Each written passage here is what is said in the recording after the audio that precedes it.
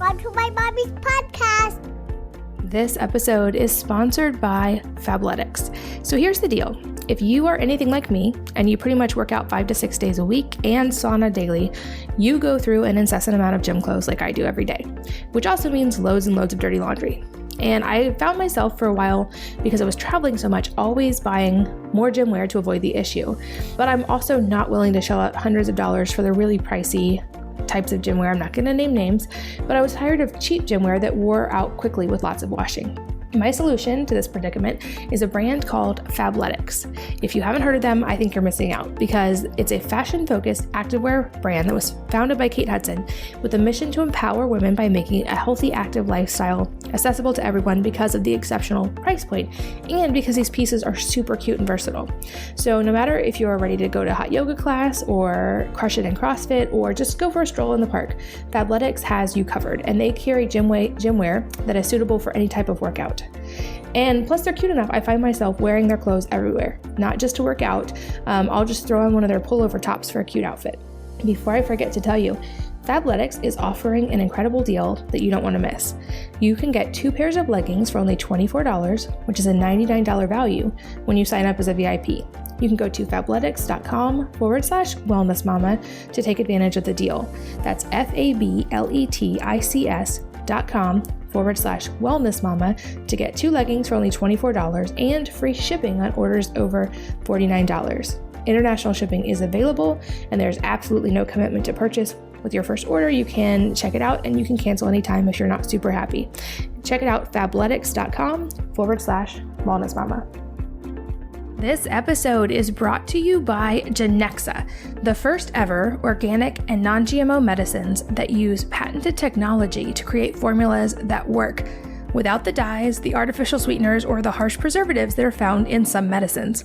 The company was founded by 2 dads on a mission to find better products for their own kids. I love the commitment to quality that Genexa has, and I love how well their products work. One of my faves is their homeopathic arnica tablets. I recently got back into powerlifting and running, and the first few months were a little rough. Their Arnica Advantage and the Pain Crush Tropical cream that they have were a lifesaver for me during those months. To shop those and their full line of organic and non-GMO medicines, you can go to genexa.com/wellnessmama and use the code wellness for 20% off of your order. Again, that's genexa.com/wellnessmama with the code wellness for 20% off of your order. Hello, and welcome to the Wellness Mama podcast. I'm Katie from wellnessmama.com, and today will be all about CBD, which I get so many questions about because I am here with Will Clyden, who is the founder of Ojai Energetics. He founded it in 2014, and his goal was to provide the purest, healthiest, and most ethically produced cannabinol or CBD on the market, and basically to give people a viable supplement for living the healthiest life possible. 4 years later, his business is doing just that, and they're using this science-driven organic nutraceutical to achieve optimal physical health. We're going to delve into why this is actually such an important compound and why most of us are not getting it enough. But Will, welcome, and thanks for being here. Thanks for having me, Katie. Well, I know I've gotten to jump in and kind of geek out with you on this topic before, and you are so well versed in it. So I want to make sure we maximize our time. And to start, can you walk us through what the endocannabinoid system is and what exactly it does in the body? Yes. So basically, we've got these receptors called cannabinoid receptors in our body, and it's actually we have receptors in every single system of our body, from skeletal to digestive to respiratory, cardiovascular, reproductive, nervous system. Every single system has endocannabinoid receptors, and including at a cellular level. We've got cannabinoid receptors in every cell as well. So from systemic to cellular, we've got these receptors, and the functionality of this system is to maintain homeostasis for the entire body and all of the systems. And homeostasis means that everything is operating at the right level and firing at the right time. So you can think of it as like the conductor for the symphony of our body. And so arguably it is the most important system in that. its job is to make sure every other system is running at optimal levels. And one of the ways that it does this is through buffering oxidative stress. And so oxidation is like rust for our cells in our body. And so the more we oxidize, ultimately oxidation is what spare accidents or trauma is what causes us to die and age. And so its function, one of the ways that it maintains balance of all these systems is to make sure that when oxidation, an oxidative event comes in, which is stress essentially, whether it's physical or emotional, that it blocks the effects and kind of buffers them out. And so as modern humans, we're facing more consistent oxidative stress than any other generations on the planet. We used to have like a saber-toothed tiger where you'd have a bump up in oxidation for a couple minutes and hopefully you get away.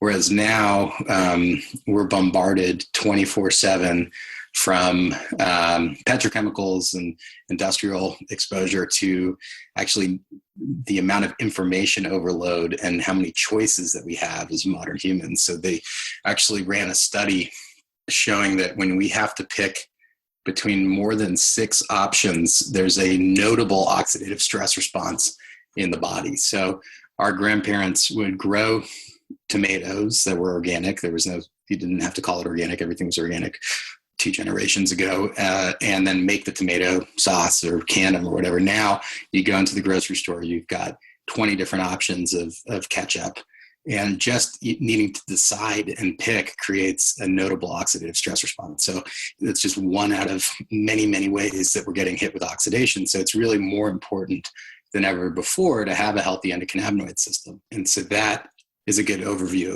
of what it is. I'd love to talk about the name a little bit too, because I've noticed a trend in some aspects of the health community of people kind of largely ignoring the endocannabinoid system or thinking it's not important because the name sounds like cannabis, and they kind of lump it in with cannabis and of course all the like small controversy that can surround that. So I'd love if you could talk about like, what is this? Is this some system that we've recently invented, or was it just named based on what we were noticing in the literature? Like, what is the history of this? Awesome question. Yeah. So every single vertebrae and then a couple non-vertebraes that we know of have endocannabinoid systems. And so it's been around for quite a while. However, humans have a particularly robust one, and the way that it was named, and we need to come up with an easier sounding name, but endo meaning internal, cannabinoid, which are compounds. I'll explain the etymology of that in a second, and then system. So basically, it was discovered in 1991 by an Israeli doctor, and we knew about cannabinoids or external cannabinoids, phytocannabinoids, well before the system was discovered. But essentially, he realized that and it's named after the cannabis plant because cannabis has the highest concentration of phytocannabinoids by far than any other plant. But he realized if they're having an effect in the body, then they have to be targeting receptors that exist in the body. So that led to the discovery of the endocannabinoid system. So it's relatively new, although predominantly in the United States, due to the prohibition, it got largely unstudied and kind of pushed aside. And still, when we work with all sorts of different MDs, and it takes a minute for them to adjust to realize, well, why wasn't I taught this in medical school? But other countries such as Israel and Spain have been way advanced in terms of studies of the system for a long time. And in fact, CBD was discovered before the endocannabinoid system was discovered, and that's been rigorously studied for decades, predominantly outside of the United States. But the naming of the system is because these cannabinoids are predominantly from the plant, and then we also actually produce them in our body, and we know of 2, and one is called anandamide, named after the Sanskrit word for bliss, ananda, and that was named by the Israeli doctor who discovered it, and also the endocannabinoid system, and then also 2-AG, which is way less of a cool name, but we know of 2 that we produce endogenously or in our body that specifically work on the endocannabinoid system. Anandamide targets predominantly CB1, which is at a systemic level found mostly in the brain and the nervous system, and then 2-AG directly targets CB2 receptors, which are in all the other systems of the body. And then at a cellular level, every cell has both CB1 and CB2. So they interact from cellular to systemic that we produce naturally. But turns out that we actually have co-evolved with this plant, the cannabis plant, for millennia. And it is one of, if not the first plants that humans domesticated. It was documented in 10,000 BC in China as a domesticated plant, in all likelihood. And there's evidence showing pre-agricultural one being around 12,000 BC of pottery with the rope had degraded, but the fiber imprints left have been linked to likely to be from cannabis rope.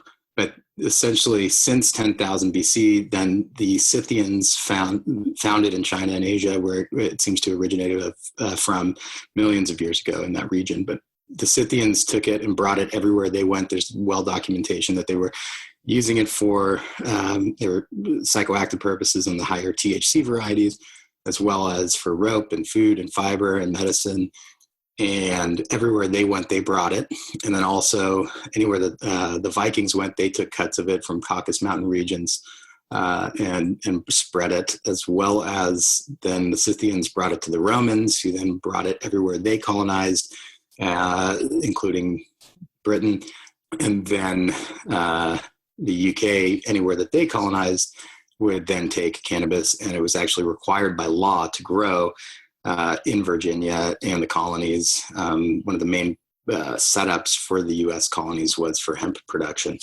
And so it's been the most ubiquitously used and spread plant in modern human history.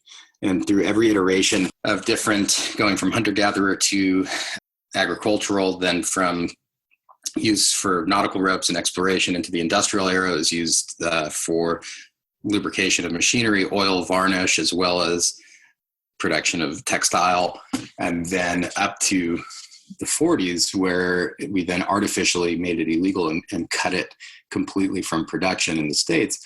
But every single era that it was used, it was commonly fed as animal fodder as well. So anyone who was raising animals and domesticating plants, they would take the greens and they would give it to the chickens or the pigs or the cows. And so there was recently a study done in Colorado where they had hemp-fed chickens, and they looked at the CBD content in the eggs from these hemp-fed chickens, and it was up to 1%. So we're talking a substantial amount of cannabinoids, and not just CBD.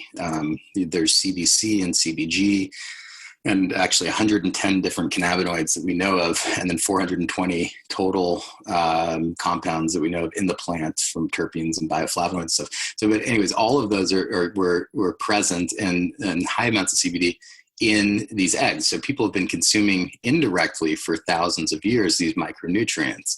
And it turns out that just like B vitamins and B12 in particular, we produce them in our gut from our flora, we also need to have a dietary intake of B12 to have optimal levels. And it's actually no different with cannabinoids and CBD. So we artificially cut these compounds out of our diet after thousands of years of evolving with this plant, and then simultaneously went into the modern era where we upticked oxidation. So we essentially 1-2 punched ourselves and created artificial depletion in a mass scale. And so everyone's endocannabinoid system, unless they are having a dietary intake of high CBD and a full spectrum of cannabinoids, not just ice, and I'll explain what I mean by that in a second. But if you do not have a dietary intake of these cannabinoids on a regular basis, like our ancestors did, and in this environment, you have a way low operating functional endocannabinoid system. And because the system's job is to regulate balance for all the other systems, it shows up differently on your epigenetics and your exposures, but the results are pretty unpleasant. And one of the main nutrient deficiencies we see due to an idling endocannabinoid system is anxiety, pain, and sleep issues, which are kind of the trifecta of what faces modern humans. And when you get an adequate level of cannabinoids back in the system, those three go away and stay away. So there's a direct link there. But that's kind of why it's called the endocannabinoid system, is because the cannabis plant's the primary producer of the external cannabinoids. We've co-evolved with it, and it feeds the system and actually helps synergize with the cannabinoids that we produce internally. That's super fascinating. And for me, the light bulb moment and kind of when I realized how important this was realizing that I kind of compare it almost to magnesium, for instance. This is something that used to be in a much higher level in our food supply. It was something we were exposed to regularly. And then now, because of modern practices, we aren't. Yeah. Same with CBD. It's when I finally understood, like, this is something we were just naturally getting for pretty much all of history. And now we're not. Yep, exactly. Yeah, it's super fascinating. Yeah, I think to clear up any confusion also, I think it's important to, if you could explain the differences, because it does get lumped in with just general cannabis, what the difference are between things like CBD and these molecules you're talking about. And for instance, just like medicinal cannabis that's now legal in some states. Can you give us the distinction? Yeah, so it's a little bit, basically CBD is completely non-psychoactive. And one of the ways that it works in the body is it lowers this enzyme called FAAH, and that enzyme is what peaks with an oxidative response. So it naturally buffers that out, and it turns out that FAAH destroys this compound called anandamide that we produce internally, and essentially keeps us in this negative feedback loop, because the body tries to use the anandamide to buffer the oxidation, but when there's that response, the enzyme increases that destroys it. So without the dietary input of CBD, you're stuck in a negative feedback loop. And what it does is it actually, when you get it in at the right levels, it increases the half-life and circulation of anandamide in the body. That's just one of many mechanisms that it does. But it's important to note that CBD by itself is vastly ineffective compared to CBD with the other cannabinoids, including trace amounts of THC and then the terpenes and bioflavonoids, because I liken CBD to like the trumpet section. It's loud, it's well known, but CBD by itself is just the trumpets. And when you have a full spectrum extract with high CBD in that, you've got the trumpet section with the entire symphony orchestra. And so the guy who discovered the endocannabinoid system studied it and noted that CBD isolate by itself was vastly ineffective compared to the full spectrum, and he called it the entourage effect. So they all interact with each other in different receptors in the body in a very complex way we're just kind of scratching the surface of directly how, but we know some mechanisms quite well. But the medical cannabis and that what traditionally now CBD genetics are kind of entering the pool from the past decade is basically when they got reintroduced, but they are high THC, low CBD. And what the body really needs to have a healthy endocannabinoid system is high CBD and low THC. That gives us homeostasis, whereas high THC and low or no CBD throws us out of homeostasis slightly, not terribly. It's a lot safer than alcohol, but it does throw off the functioning of the endocannabinoid system, particularly in the brain, because THC targets the CB1 receptors, and we're already depleted in anandamide. And so that's where the mental fogginess comes and some of the downsides of high THC, low CBD. So it's kind of like tomatoes. There's different varieties of tomatoes. You can have beefsteak or you can have cherry tomatoes. Cannabis has different varietals. Some with high CBD and low THC, others with high THC and naturally occurring. There would always be a higher amount of CBD.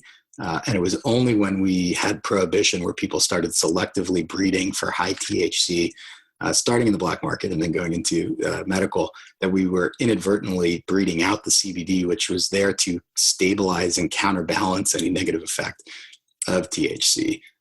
But cannabis itself, hemp is a legal definition, not a botanical definition. And so after prohibition, because the US needed for industrial purposes and the rest of the world needed hemp because we relied on it for millennia, they had to come up with a way to distinguish psychoactive, the recreational or drug side from the industrial side. And so this guy in the 70s, who's a Canadian doctor or scientist, who said, basically, I'm drawing an arbitrary line at 0.3% less THC that's all hemp. Anything above 0.3, that is marijuana. And he noted that this was an arbitrary line. The psychoactive concentration of THC is typically above 1% for most people. So the definition of hemp is well below the psychoactive threshold, and high CBD, low CBD actually counteracts some of the psychoactivity of the THC itself. So innately, these higher ratios of high CBD, low THC is non-psychoactive. And that was the goal, is to distinguish psychoactive versus THC that gets people high. So essentially what you really, the body doesn't care if it's coming from, if we call it hemp or not. What it wants to have an optimized system is a high level of CBD and below psychoactive threshold presence of THC, and then CBC and CBG and a variety of other cannabinoids. Was that clear? That was. And I'd love if you could elaborate a little bit on the other cannabinoids, because like you said, yes. CBD, most people have at least heard of, a lot of people have tried. Yep. The other two, I feel like people don't even have a passing understanding of. Yeah. So they all work better when in conjunction, right? Not isolated, but essentially there's over 110. There's about 10 that people really have any clinical idea of what they do. CBG is known for stimulation of bone repair, neurogenesis in the brain, and it's got very strong antimicrobial properties. CBC is known, has antimicrobial, it's been demonstrated for anti-mutagenic properties. Also, it's got a lot of promise for depression. And so those were the other two. CBN, people may have heard of that. It's much more sedatives in nature, and it does a lot more than just that. But that's kind of the all-star cast, right, currently. And then there's the terpenes, which are cannabinoids are made up of terpenes, but they're these compounds that essentially the actives in essential oils. But what cause things to smell and taste are terpenes, and they are extremely important in the cannabis plant. Cannabis and hops, they're the only two cousins of the Cannabaceae family. And they both produce the most kind of diverse range of different terpenes. So some can smell like oranges, and other can smell like diesel motor fuel, and some they're extremely diverse. And those are all the terpenes. And it turns out that the terpenes serve as like kind of like little conductors or like tugboats to the cannabinoids, and they go to where they have a set path. So like limonene, which is in lemons and also cannabis, it smells that citrus smell, that will target the brain as well as the gut predominantly. And so when you combine, when in the presence of the cannabinoids, they will attach to like the CBD and pull it and guide it towards the CB2 receptors of the gut and also receptors in the brain. And then linalool, for example, which is found in lavender predominantly, in other plants, but mostly found in lavender as well as cannabis, targets more on a calming and sedative pathways in the body. And so that will take the CBD and direct it towards those types of receptors. And so the difference between strains that cause people to feel very relaxed versus others and couch locked, or other strains that cause people to be much more focused and talkative and alert, typically they're not 100% accurately divided, but you can think of it as like indica versus sativa strains. For intents and purposes, the only difference is really not the cannabinoid ratios. It's very minimal in variance, but it's the terpenes themselves. So that they're kind of the new emerging stars in a way, in that we can get very different effect in the body with the same cannabinoids, but use different terpenes to deliver completely different results. And what's unique with the process that we discovered is that we can get them into the body, the cannabinoids and the extract into the body immediately. And terpenes are best absorbed either through inhalation or basically inhalation. So other people if they were inhaling it through like a vaporizer versus even just putting it in your mouth or smelling it through your nose. You're actually, when you're tasting something, whether it's from cannabis or any type of terpene, it basically, the best way to get into the blood is through inhalation. So if you're eating something, you're actually pulling these, they're tiny little molecules, they're slightly denser than gas. You're actually pulling them up into the olfactory through the mouth cavity, or if you're inhaling it directly, straight up through the nose into the olfactory system. It crosses into the blood-brain, it crosses the blood-brain barrier, and then gets into the hypothalamus and then goes where they're going to go. But so they basically immediately deploy. If you just eat them, they get pretty much 100% destroyed. Now, cannabinoids, if you just eat a regular cannabinoid extract, like a fat-soluble CBD, full spectrum CBD is more absorbed than CBD isolate. But either way, at fat soluble form, 90% of it gets destroyed before it can be made water soluble in the gut and then into the bloodstream. And it takes about 30 minutes for it to get into the blood. So with a regular CBD extract, it's 30 minutes before you really feel anything. But if you eat 20 milligrams, you're actually only absorbing 2. The rest get destroyed and you pee them out, but you're paying for 100%. And the terpenes don't get really absorbed at all. And so what we've discovered is that because our formulation gets in immediately and is way more bioavailable, so you get, meaning your body can use way more of the cannabinoids efficiently, but additionally, you can time it so that when you smell a particular terpene and you take the formula, the timing syncs up, they meet each other, and now you can curate essentially strains or targeted deployment of the CBD and other cannabinoids to receptors in the body that you want. And no other formulation can do that. So that's, I got excited. That's a discovery we made a couple of years ago, and we're getting some really cool responses with that. Yeah, I'd love for you to explain that a little bit more, because when I first met you, I had the chance to try this, and you did something I think called a loading dose of basically getting up to a certain amount the body kind of gauges. And I was shocked, because I will admit I was skeptical, and I was like, oh, I'm probably not going to notice an effect. I've taken CBD before, I didn't notice an effect. And I totally felt the difference like a few seconds later. So explain what the difference is. What are you guys doing differently that causes that? And then can you explain to people what that process that you did with me was? Yeah, totally. So basically, so loading dose is common with a lot of different compounds. You need to take more to really get the system moving. It's kind of like priming a pump. And if you don't get the right amount in, it's not going to turn over and engage the engine. So essentially, we've been idling artificially our endocannabinoid system engine through this prohibition where we artificially cut it out of the diet in the 40s. And because our body has co-evolved with producing cannabinoids internally to feed the system, but has for thousands of years relied on this external source, just like we talked about with B12, the amount of receptors, of cannabinoid receptors, it's called upregulation. So our bodies put out way more of these cannabinoid receptors, hoping to catch and basically competing with itself in the different systems to try and grab the cannabinoids when they can. And so we've got the key with the loading dose is getting enough in so that all the receptors that are upregulated get targeted and primed, at which point the system kicks into gear, and then it down regulates receptor sites. So there's actually you lower the amount needed. So with THC, it's the opposite, where most people actually need a loading dose at the beginning with THC, but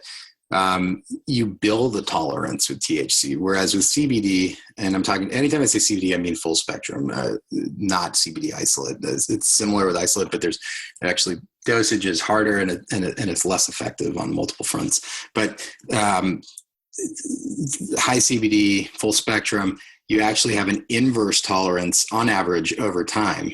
So you need less and less to get the same results. And the issue is most people need around, as modern humans, if they're not having a dietary intake of cannabinoids, at least 500 milligrams of a fat-soluble CBD to properly load the system and really get their endocannabinoid system working. 500, and that's a minimum. Most people typically need a little bit more, up to like 1,500.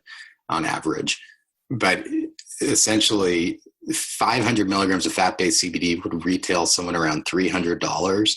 And the concentrations of the bottles are typically, if it's not an isolate, now people are cranking up the content of CBD through adding isolate to it, but around 500 milligrams is typically around a very strong dosed bottle. So you'd have to drink the entire bottle to even get a chance of engaging the system. And most of the time you need more than that. So most people who've tried CBD, they did not get an adequate dose to properly engage their system. And as a result, didn't feel much. They probably, what it would target without fully engaging the system and getting it online is the CBD will still go in and target these receptors called vanilloid or capsicum receptors, and that helps modulate pain. They may get a little bit of benefit from anxiety. In all likelihood, that's at best a little bit of pain modulation and anxiety help. And at worst, they're getting placebo. Now, placebo is great. I mean, if it's working, that's awesome, but it does not get a properly optimized endocannabinoid system, which truly does make a tremendous difference in your entire life and experience, where you will feel it, notably without placebo. So what we figured out how to encapsulate the oil in these little bubbles of water, doing essentially what our bodies naturally do with the fat-based CBD, but we do it outside of the body using only certified organic plants and don't have any loss like the body does. So if you take one bottle of our 250 milligram full spectrum with the technology and the water solubility, you'd have to eat at least 20,000 milligrams or 5,000 milligrams. Our data is showing over 100x, but essentially at least it's at least 5,000 milligrams of a fat-based CBD when you're only taking 250. So from 20x, and now new data is coming in and verifying that it's actually probably closer to over 100 times more bioavailable milligram for milligram. So you can actually get an effective loading dose. One dropper or two droppers is enough to hit that equivalent of 500 fat-based CBD or more in a single dose cost effectively, which will then engage the system.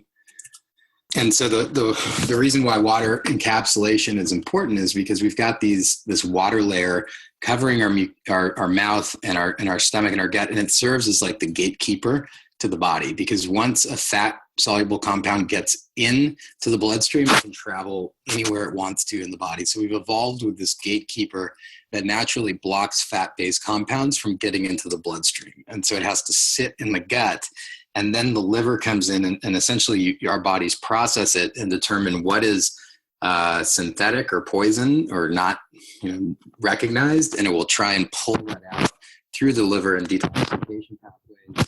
And once it's scanned it, then the body produces the bile from, and that bile injection essentially nano-encapsulates the oil for any type of, into these nanobubbles of water, at which it can then pass through the water layer, and the gatekeeper, once it's out of the water bubble, and go about their business.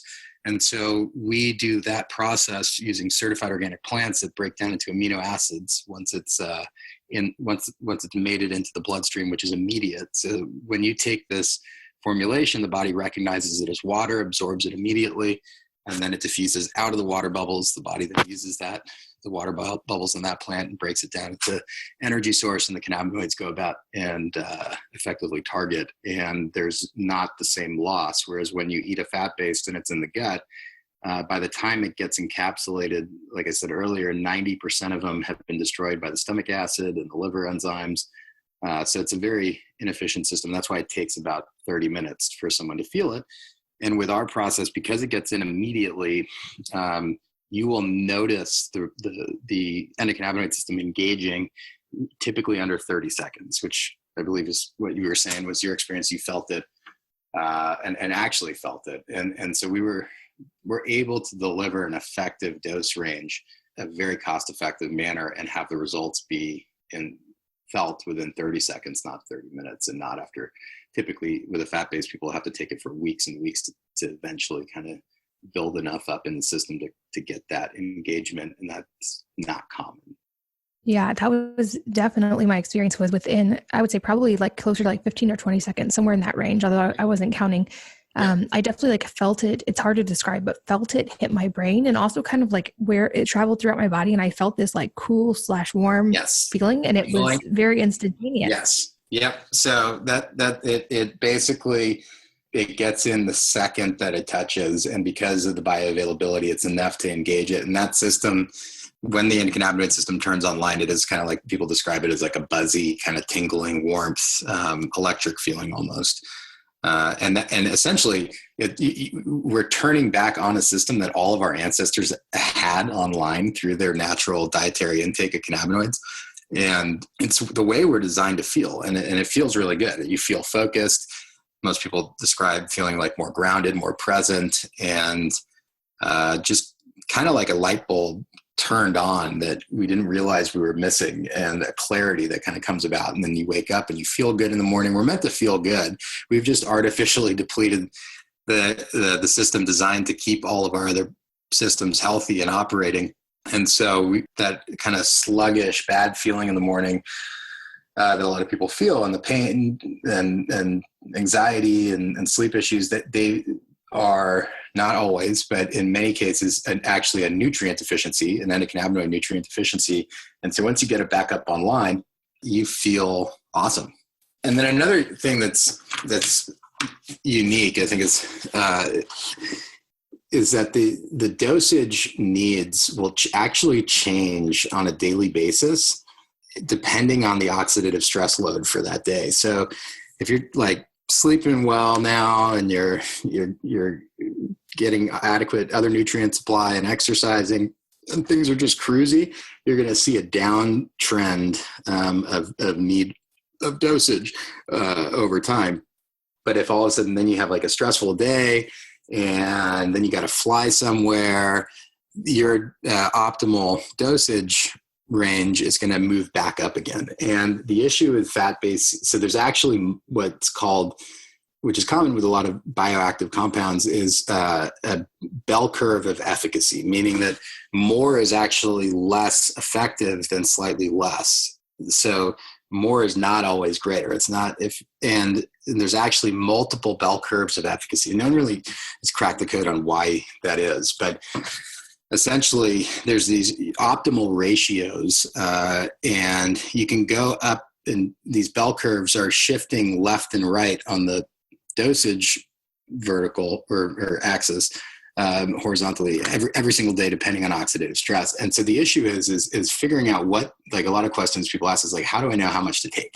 And with a fat-based CBD, the issue is you're shooting in the dark. We don't have a mechanism developed yet to say that 10 milligrams that worked yesterday, you may need only 5 milligrams. And again, 10 and 5, I mean, that's way, in terms of actual effect in the body, that's way too low to engage the system. But let's say you've been taking it for months and you can start to get some response in that range. 10 may have been the sweet spot, but now you need 5 that next day, but you'll have no idea that that's what you need, other than you won't feel it work as much. And so what we discovered, because ours gets in immediately, it will actually modulate the CB receptors of the tongue, and it will change flavor from bitter when we're in the valley of the bell curves, or less effective, and it'll get sweeter and sweeter and sweeter, and it will turn to very, very sweet, like honey.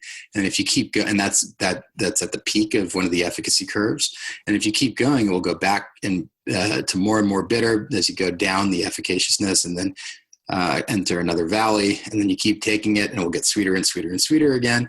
And so you can literally trace out the efficaciousness of what you're taking on a daily basis and pinpoint those bell curve peaks every single time, and not be shooting in the dark and never miss a dose. And so each curve, the higher you go up in terms of sweet spots, the more systems that the body can actually pull into balance. And so the endocannabinoid system operates what's called triage effect. And so it essentially is looking at which system is most out of balance and then deploying the cannabinoids to that system that it determines is most out of balance. So you could have, like, let's say you've got, you're feeling anxious all of a sudden and you think that's your number one issue.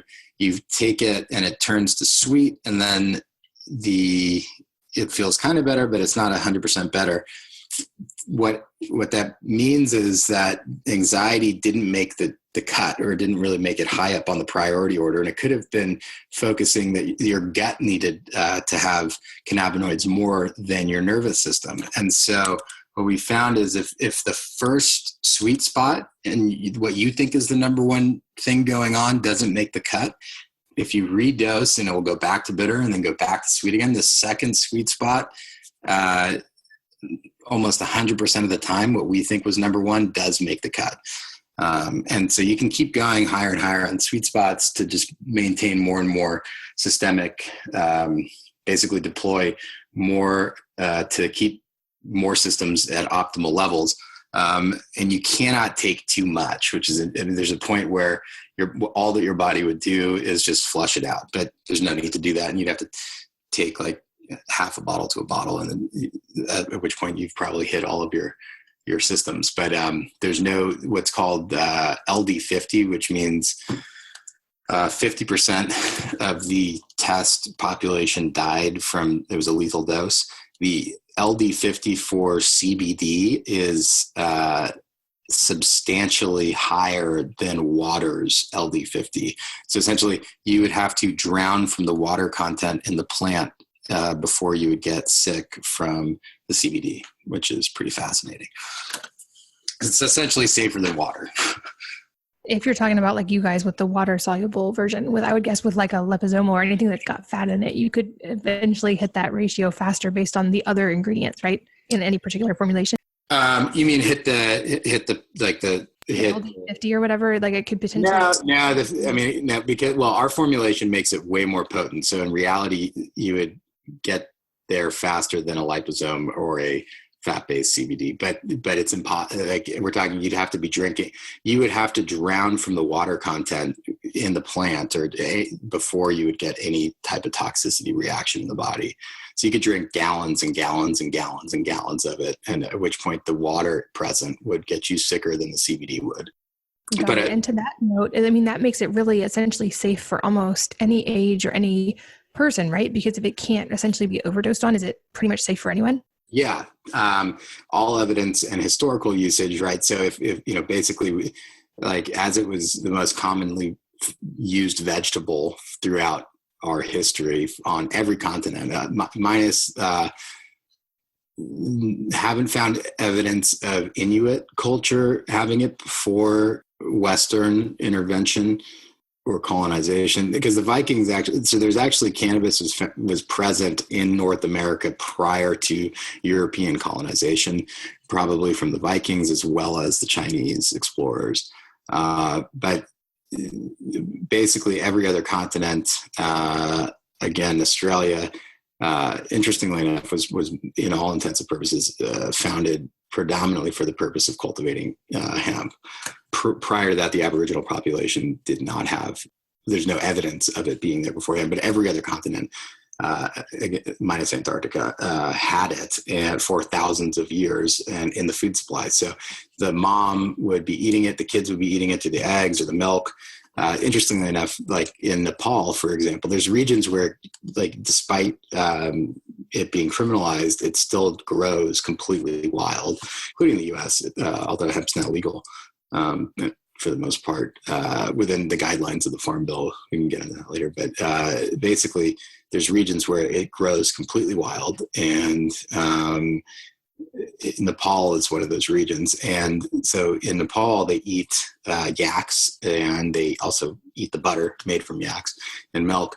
And so I asked this when I was my Lyft driver, he was Nepal, and I said, "Hey, does cannabis grow wild?" He's like, "Oh yeah, it's everywhere." And I said, "So you guys eat the yaks and you eat the milk or whatever?" He's like, "Yeah." Of course. And I said, so do the yaks like to eat the hemp and the cannabis plants? And he goes, oh yeah, it's one of their favorites. And it further demonstrates what we're finding. So they've had pretty much an uninterrupted supply. And we're going to run a study on that population to look at their cannabinoid levels. But that's, anyways, the children and mothers, because it's passed through the breast milk, and actually anandamide is in the breast milk, and as through artificial prohibition, it's actually in less concentrations than what's really ideal to activate a child's endocannabinoid system. But the endocannabinoid system is one of the first systems that develops in utero, and then through breastfeeding and anandamide delivery, it actually activates the endocannabinoid system, which is vital for development of all the other systems and starting proper hunger levels and all sorts of stuff. And so essentially when they were having cannabinoids, that also gets passed through the breast milk. And so in terms of logic and historical data, yes. And then still, it's better to err on the side of caution. We need to aggregate more data. But the most recent tests that were conducted was actually on higher THC, but Jamaican cannabis, all the land races and all the essentially the non-hybridized forms of this plant had different ratios of THC to CBD, but predominantly it was high CBD, low THC, and then some varietals had higher THC, but they always had higher CBD. But this woman wanted to see what the effects of cannabis consumption was in utero and for children. And she realized she had to go to a population where it was socially and culturally acceptable. In Jamaica, the women, not all women, but it was accepted that they would drink cannabis tea during pregnancy, as did Queen Victoria took cannabis during pregnancy. Well documented. But essentially she looked at the population of mothers who did not drink the cannabis tea versus the mothers who did. And what she found was that starting from birth, on cognitive development and other health factors, that the kids whose moms used cannabis tea were vastly more advanced in cognition and other body factors than those who did not, for the moms who did not. And she studied the population for 9 years until she called it, she ended the study because she was looking at it for 9 years. And that for the entire course of that, the children remained developmentally superior to the kids whose parents did not have or whose mom did not have an intake of cannabinoids. So, and yes, so that if you're a vertebrate and you're a modern human, you really do need cannabinoids. I think it depends. What we recommend, obviously, anytime you take something, you should talk with a practitioner or get advice, especially if kids don't have a notable endocannabinoid deficiency issue or other issue. Obviously talk with your pediatrician or make your choice, but of when to, as children, we have healthier cannabinoid systems. As oxidation exposure increases, then that's when we start to get more and more deficiency as we age. But for historical use, all kids were having a regular intake of high levels of CBD for thousands of years without issue. One caveat would be we need more data on too, is if you are taking medication that says don't take with grapefruit, there is limited data showing that it can act like grapefruit, but also another study showed that it did the opposite effect in these digestive enzymes, which is much more in line with how cannabinoids work in the body, or CBD in particular. THC is more like a scalpel. It's kind of single directional, whereas CBD is much more, it's an adaptogen. And so if you've got an overactive immune system, it will help modulate and bring it into balance. Or if you have an underactive immune system, it will modulate it and bring it up into balance. And so in all likelihood, it's doing the same with digestive enzymes. That being said, it's better to err on the side of caution. And if you're taking medication that says don't take with grapefruit, talk to your doctor first and what levels you are, because CBD can potentially act like grapefruit. That's the only caveat. Oh, also, actually, for people with diabetes, they'll find that healthy endocannabinoid system regulates healthy insulin levels, and it will rapidly, with the right proper dosage, will rapidly balance the blood sugar out. And so you need to monitor your blood sugar and not give yourself a bunch of insulin that you were the same levels of insulin you were giving before taking it, because you'll need less and less pretty quickly. That opens up an interesting question about CBD and the potential for anti-aging, because I know right now there's a lot of popularity of using, for instance, metformin, which is a insulin-regulating diabetes drug, as an anti-aging compound because of the ways that it can reduce the damage of too much insulin and too much sugar in the body. So I'm curious if it has that effect. Probably you guys haven't studied this directly, but do you think there's potentially an anti-aging component for CBD? 100% there is, yeah. So number one, age typically. So the way that we age is telomeres, right? Shortening. These telomeres are at a cellular level. They instruct the cells how to recode and rebuild. And so as oxidation hits them, they get damaged. As they get shorter, the copies of the cells get more and more blurry, so to speak. And that is why we look like, that's how we age. So we know for a fact that cannabinoids are extremely potent antioxidants and much more. And so they'll buffer the oxidative response from even hitting the cells, thus protecting the telomeres that way. And there's limited, but we're confident in finding that it will replicate the data showing that it can actually lengthen your telomeres, and thus literally is anti-aging at a cellular level. But 100% in terms of, which has been very, very well studied and documented, is that healthy endocannabinoid system leads to neurogenesis in the brain, meaning it will actually help regrow brain cells.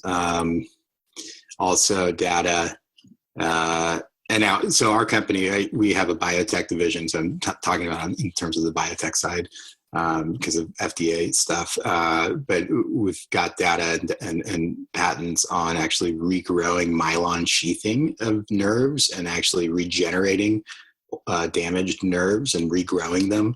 And so 100%, having a healthy endocannabinoid system is the most effective policy to have a healthy, optimized body. As long as you got to put in other inputs like healthy nutrients, but and exercise. But it actually increases your ability to recover and exercise through reducing inflammation levels, and you've got cannabinoid receptors in your fascia, and it actually helps your muscles repair faster, so you can build muscle mass quicker. So we work with different professional athletes, and then also cognitive youth, it increases neuroplasticity. We're actually going to be working with the Flow Genome Project. We're in talks with them right now. But it's biochemically flow state, or being in the zone where you're just cranking and everything's operating properly. It actually turns out that it's a peak of anandamide in the brain with the right levels of dopamine and serotonin. And so because CBD naturally increases anandamide levels, and the endocannabinoid system regulates and has receptors in every system, cell and neuron or cellular tissue in the brain, we're finding that it can biochemically get you into flow state and maintain it longer. We're going to study that with them. So yes, it's the best health optimization you can possibly do for yourself, is to have a healthy endocannabinoid system. And the key is getting enough in at the right dosage levels to be able to maintain that in this modern environment. And to really optimize, you need a minimum of 500 milligrams a day to start. Yeah, that makes sense with the anti-aging component, even just in light of what you said about oxidative stress, because I think our modern lifestyle is kind of built for oxidative stress between like the things you think of that can increase it, which like smoking and drinking too much and fried food, which hopefully nobody's doing, but also just flying or eating out or not getting enough sleep, or even heavy workouts. Like all of these things contribute to oxidative stress. So to have a tool in the toolkit to help battle that is huge. This episode is sponsored by Fabletics. So here's the deal. If you are anything like me and you pretty much work out 5 to 6 days a week and sauna daily, you go through an incessant amount of gym clothes like I do every day, which also means loads and loads of dirty laundry. And I found myself for a while, because I was traveling so much, always buying more gym wear to avoid the issue. But I'm also not willing to shell out hundreds of dollars for the really pricey types of gym wear. I'm not going to name names, but I was tired of cheap gym wear that wore out quickly with lots of washing. My solution to this predicament is a brand called Fabletics. If you haven't heard of them, I think you're missing out because it's a fashion-focused activewear brand that was founded by Kate Hudson with a mission to empower women by making a healthy, active lifestyle accessible to everyone because of the exceptional price point and because these pieces are super cute and versatile. So no matter if you're ready to go to a hot yoga class or crush it in CrossFit or just go for a stroll in the park, Fabletics has you covered, and they carry gym wear that is suitable for any type of workout. And plus they're cute enough, I find myself wearing their clothes everywhere, not just to work out. I'll just throw on one of their pullover tops for a cute outfit. Before I forget to tell you, Fabletics is offering an incredible deal that you don't want to miss. You can get 2 pairs of leggings for only $24, which is a $99 value when you sign up as a VIP. You can go to fabletics.com/wellnessmama to take advantage of the deal. That's fabletics.com/wellnessmama to get 2 leggings for only $24 and free shipping on orders over $49. International shipping is available, and there's absolutely no commitment to purchase. With your first order, you can check it out and you can cancel anytime if you're not super happy. Check it out, fabletics.com/wellnessmama. This episode is brought to you by Genexa, the first ever organic and non-GMO medicines that use patented technology to create formulas that work without the dyes, the artificial sweeteners, or the harsh preservatives that are found in some medicines. The company was founded by 2 dads on a mission to find better products for their own kids. I love the commitment to quality that Genexa has, and I love how well their products work. One of my faves is their homeopathic arnica tablets. I recently got back into powerlifting and running, and the first few months were a little rough. Their Arnica Advantage and the Pain Crush Tropical Cream that they have were a lifesaver for me during those months. To shop those and their full line of organic and non-GMO medicines, you can go to genexa.com/wellnessmama and use the code wellness for 20% off of your order. Again, that's genexa.com/wellnessmama with the code wellness for 20% off of your order. And the other thing I think that's really fascinating with this, to go back to it for a minute, is the terpene thing, because that was something I had never heard about, even in a lot of research with CBD, and something I've been playing with ever since you showed me. Basically, you had me smell plants, essentially, while I was taking the CBD, and then noticed the response. So now I've been doing that in my own life with like lavender at night and peppermint in the morning, whereas I used to only take CBD at night because it would put me to sleep. Right. So can you explain kind of practical level, like how to get that terpene interaction correctly? Yeah. So basically, the only way for them to time each other properly is to meet up is to get is to inhale them. So you like an essential oil or a plant or like an orange for the limonene. You smell that, and you're actually pulling these compounds up into crossing blood-brain barrier. That's the really only effective way to get it into the system, other than through through the lungs. And then you take, so only our technology enables you to actually have the timing be right so that they can interact and meet each other, because ours gets in immediately. The terpenes deploy immediately, essentially, in the body. So if you titrate your dosage of our formula to where you get a sweet spot and an optimal ratio, but it will turn to very sweet, like honey flavor, and then smell those essential oils or citrus fruit, they'll time up perfectly, and you can custom curate where the cannabinoids are going to go in the body and essentially the mood for what you want. So like you said, like a peppermint oil, the terpenes in that are stimulating. Pinene and like pine trees also is very much stimulating for the brain and focus. So you smell that, and then that's what your experience will be. But if you can literally on the spot, you can redose and then smell. Like thyme, for instance, has myrcene in it, as do mangoes. Myrcene is very sedative. Lavender is relaxing. And if you smell that, and after you've just smelled the peppermint, you'll feel much more alert. Then you take the redose to the next sweet spot, smell the thyme, you'll notice a completely gear shift, and you'll be much more sedated and relaxed. And so you can literally custom curate using essential oils or terpenes to have the effect you want the cannabinoids to do in the body. Now, that being said, you're not going to guide them. The body's endocannabinoid system has its triage list, and it knows way better than we do.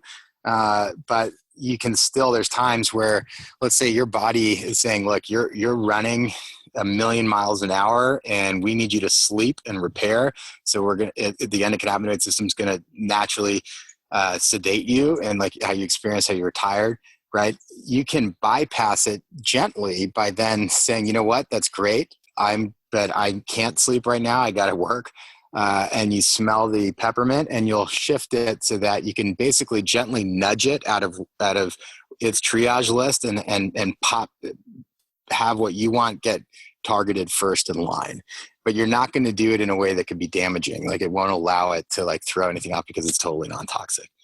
The cannabinoids don't go out of the fat layer until about 15 minutes. It's faster and more bioavailable. It's about an 8x.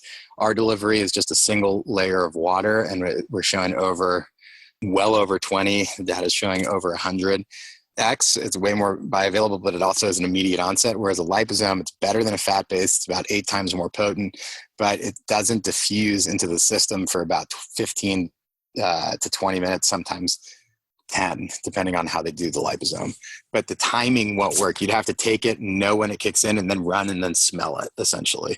And with a fat-based, it's 30 minutes, and you'd have to smell it right when you kind of feel it. So it's just, no other system is really effective at being able to curate these different outcomes. Now, if you have a vape pen, that's where terpenes will work. But you'd have to use different strains or smell it. It's less bioavailable than our formula, but that's the only other way to do it.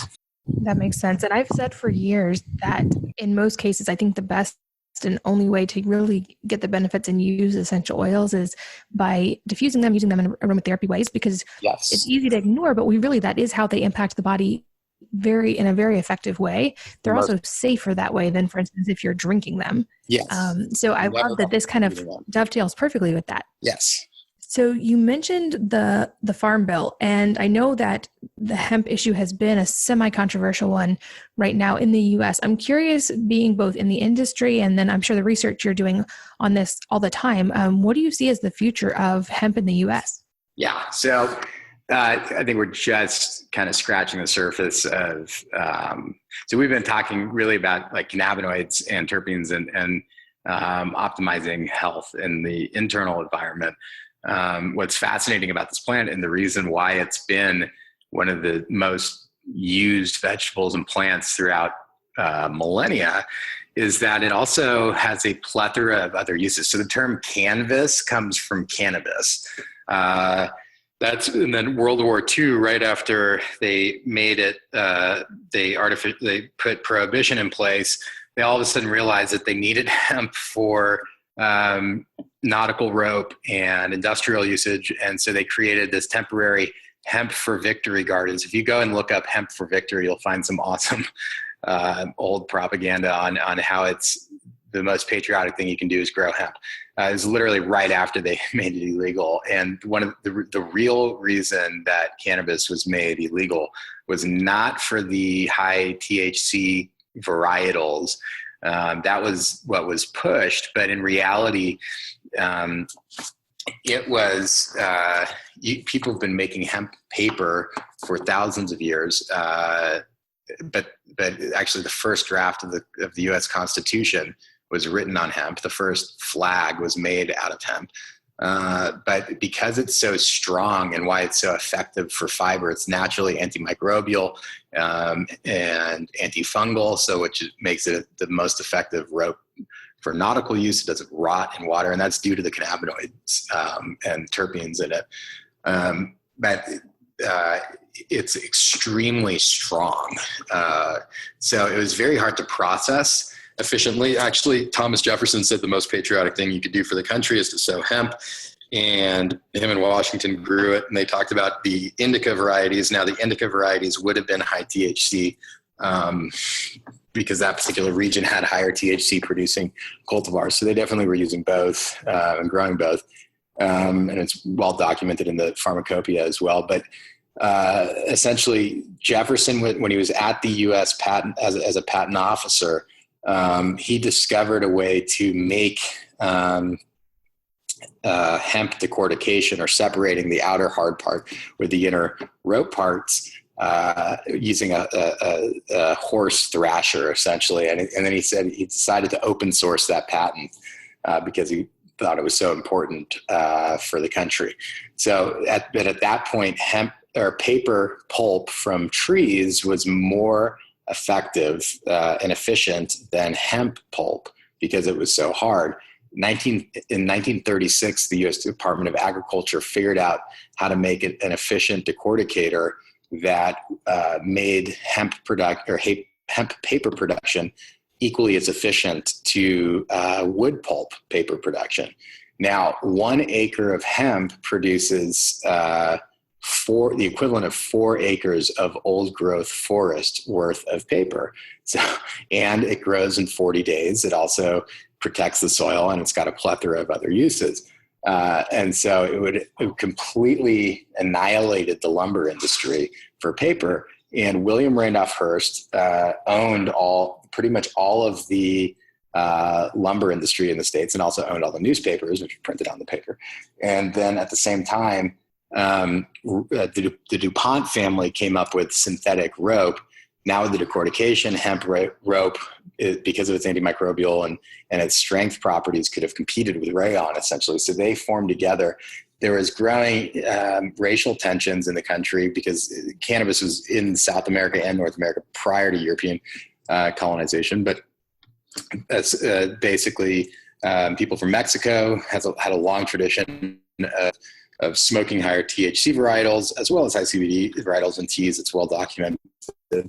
And then also African Americans and musicians were using higher THC. It was actually socially acceptable, completely socially acceptable to use high THC, as well as other varieties. There's an old high THC candy that was used in the Civil War. Both generals talked about how every soldier should have it. Every house should have it. It's the best thing. It's safe and it helps your health.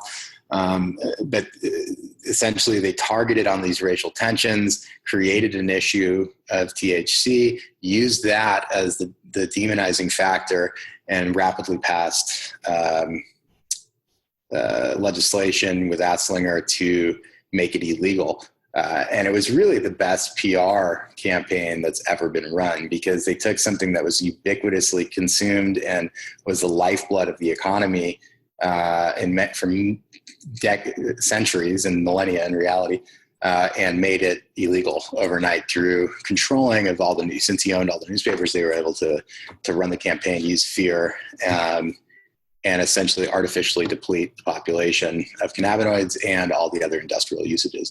So fast forward, now we've got, thankfully, that was a very minor blip in humans' history, right? For thousands of years, it's been a continuous supply. We artificially cut it out in the 40s, about just under a century now. We've got it coming back in. The rest of the world was able to continue to grow it. Some hemp was very much designed for fiber, so that's what it looks like, the tall, skinny, high fibrous varietals. But legally, hemp is a legal definition. So now we've got hemp cultivars that are very resinous and high CBD and cannabinoid and quality producers of terpenes that are legally hemp because the THC is below 0.3. But it wasn't until 2014 that the US definition of hemp included the flowers again. Initially, prior to that, the exemption for hemp was fiber. So the stalks, the stems, not the leaves, not the flowers. Those were exempted in the legislation because we still relied on them for industrial use, but we could not grow it in the US. It had to be imported, and the CBD had to be extracted from the stalks and stems. Now, with purification technologies, you just needed a lot more. It just was inefficient at achieving it and caused it to be way more expensive. But then in 2014, the Farm Bill passes that redefines hemp as any cannabis plant whose THC is below 0.3 on a dry weight basis, including the flowers and the resins. And essentially redefined it, opened it up for U.S. production and for flower sourcing, which made it way more efficient, and the development of much different types of varietals and cultivars. But it put it in the guardrails of it has to be linked through the Farm Bill language, which stipulates that it has to be grown in the state where it's legal to grow hemp, and then simultaneously it has to be linked with an Institute of Higher Learning. So that's happened throughout the U.S. since 2014. You could take the same plant, grow it in your backyard. That would be a Schedule I plant. You take it and grow it under the Farm Bill guidelines and guardrails. The first line of the Farm Bill clause states notwithstanding of the Controlled Substances Act, meaning that it is exempt from and completely not defined by the CSA. And the same exact plant goes from Schedule I to not scheduled at all. Now with the new Farm Bill, there's thankfully much better legislation that's opening it up and saying that it's completely, no matter where it's grown, it's not a controlled plant. You don't have to be in the confines of an Institute of Higher Learning being registered with them. And the USDA is going to run it. Now it's got caught up in other stuff completely non-related to hemp in the current Farm Bill, but that clause will not go away. And once it passes, it's going to further open it up and kind of open up the floodgates for distribution and innovation. But that's on the CBD side. But then on the innovative side, we also figured out how to scale and manufacture supercapacitor batteries out of hemp stock. We're partnered with Lawrence Berkeley Labs in accelerating that technology, where we can essentially power computers or grids or you name it, using capacitor, essentially graphene out of the hemp waste. That's going to be really game changing. And that's just one of the, you can also make concrete out of it, concrete replacement called hempcrete. That is bulletproof, fireproof, antimicrobial, carbon sequestering. So you can make carbon negative buildings to sink CO2 all out of a different part of the plant and waste product, quote unquote waste. And simultaneously it builds topsoil. And quality of soil. It doesn't compact soil, it breaks up compacted soil. So it literally catalyzes benefits in so many different industries, from papers to plastics. You can make, actually Audi is making plastics using hemp plastic in some of their cars. Henry Ford actually made a Model T that was made out of hemp PLA blend. And the diesel engine can run off hemp seed biodiesel or biofuel. It was designed, he was using hemp seeds as the fuel when he designed it. And the plastics are 6 times stronger than steel. So we're about to see a major evolution of industry, actually kind of going back to the roots a little bit, but now applying modern technology to innovate it. And if you look at the course of every iteration of kind of epoch of our evolution, going from hunter-gatherer to agricultural, there's a major oxidative stress uptick from that event. But people were using cannabis. It was the first plant, or one of the first, if not the first plants domesticated. We were consuming it. We got an adequate uptake in an increase of cannabinoid consumption, and we were able to handle the oxidative stress increase that came with that change. Now you go to the industrial era, cannabinoids were commonplace and in the diet, people were using them. We had more oxidative stress exposure from that era, from disease and pollutants or whatever, but the cannabinoid intake was steady and would have increased as it got more documented and studied, which it did. So it was there, but then it also led to the not just from a physical level, but it led to the advancements of the next stage. So from nautical exploration to industrial, and there's actually evidence showing that from hunter-gatherer to agricultural, it was the discovery of nets and the technology of nets to be able to fish in one spot that led to an agricultural society. Hemp fiber rope is in that region, and probably it was hemp, but we can't prove it yet. But anyways, every single advancement, hemp has been one of the primary, or cannabis, which is hemp, has been one of the primary drivers and catalysts of innovation and advancement, while simultaneously providing the nutrients to handle the subsequent oxidation bump. And so now in the age of technology, we artificially depleted ourselves, and if you look at the correlations of the different issues and you line them up, they're pretty astonishing. And then seeing how rapidly they can be reversed. We're talking in certain issues within weeks, which is indicative of a nutrient deficiency, just like scurvy. It takes 2 weeks to reverse it. We're seeing actually Stanford University came out with a study saying that they believe endocannabinoid deficiency leads to neurodegeneration, such as Alzheimer's. And Salk verified it, that trace amounts of THC strip the beta amyloid plaque out of the brain, and then high CBD increases neurogenesis. I've personally witnessed someone who couldn't talk for 3 years with Alzheimer's talk in 2 weeks at 85% capacity and stabilized ever since, which again is indicative of a nutrient deficiency. But with those advancements now in the age of technology, we can reintroduce and get healthy endocannabinoid systems. By increasing flow state, it enables us to access our kind of unconscious genius in a way that our operating capacity and intelligence rapidly, exponentially increases in flow.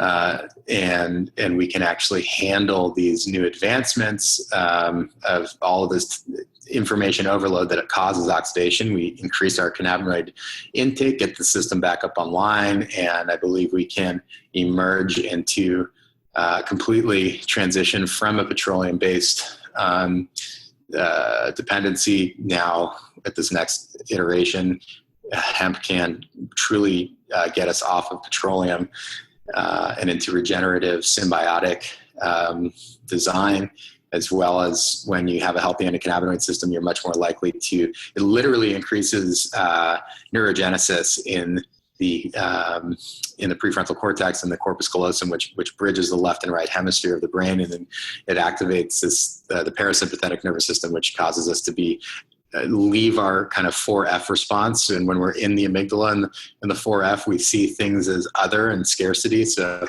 there's actual biological neurochemistry and regions of the brain that cause us to see things as threats and others, which with endocannabinoid deficiency kind of artificially keeps us there for the most part. When you get it back online, the parasympathetic engages and the increase of neurogenesis in the prefrontal, which enables us to see things as interconnected and working together in symbiosis, as opposed to kind of a parasitic relationship. And so from the biological and environmental iterations to the neurological and biochemical environment, the pattern holds true, where it promotes synergy and symbiosis. And we're literally seeing with this legislation, you had Mitch McConnell and Chuck Schumer giggling and coming together to legalize hemp, and it's bridged the left and the right, and it holds true at a biological level as well. So it's really exciting. I think we're just scratching the surface. There's so much to learn, and it's only going to further propel us into a better society for everyone. And that's our vision and mission and ethos. I love that. And I share your hope, certainly. And I hope that we can continue to move away from things like plastics and petroleum-based chemicals so much. And I know that you guys are offering a special deal just for the listeners of this podcast, and that will be in the show notes at wellnessmama.fm. So people, you guys can find the link and find the discount, which you can make sure you take advantage of. I know I order it at this point pretty much by the case because there's so many people in our family. But just to remind us on a practical level as we end, basically someone would get this and then take it until it tastes sweet, right? That's kind of how you know it's the right dose for your body. Yes. Yeah. So you want to titrate the dosage, and we have dosage instructions. I'll send that to you so you can share as well, but it breaks it down. But if you take like a quarter dropper at a time, it will get sweeter and sweeter. And you put a quarter dropper in, wait 5 seconds, and then put another quarter dropper in, and it will get sweeter and sweeter, and keep repeating until it's almost 100% sweet like honey. And then just do drops, not quarter droppers, but just drops at a time, and it will turn to very, very sweet. Now, if you keep going and all of a sudden it starts going bitter again, that's okay. You just missed the first bell curve, and you would just retitrate. And you want to stop ideally when it tastes zero bitter. But if it's like almost 100% sweet, you're close enough to the peak of the efficaciousness to get what you need. Awesome. And again, those links will be in the show notes for any of you guys who are driving or running. Don't worry about writing it down. Just check those out at wellnessmama.fm. Make sure you grab the discount. But Will, thank you so much for your time. This has been like a history lesson and a science lesson and a story all mixed together. And I've thoroughly enjoyed it. And I know the listeners have too. So thank you for educating us. Thank you so much for having me. And of course, thanks to all of you for listening, for sharing your most valuable asset in your time with me today. And I hope that you'll join me again on the next episode of the Wellness Mama podcast. If you're enjoying these interviews, would you please take 2 minutes to leave a rating or review on iTunes for me? Doing this helps more people to find the podcast, which means even more moms and families can benefit from the information. I really appreciate your time, and thanks as always for listening.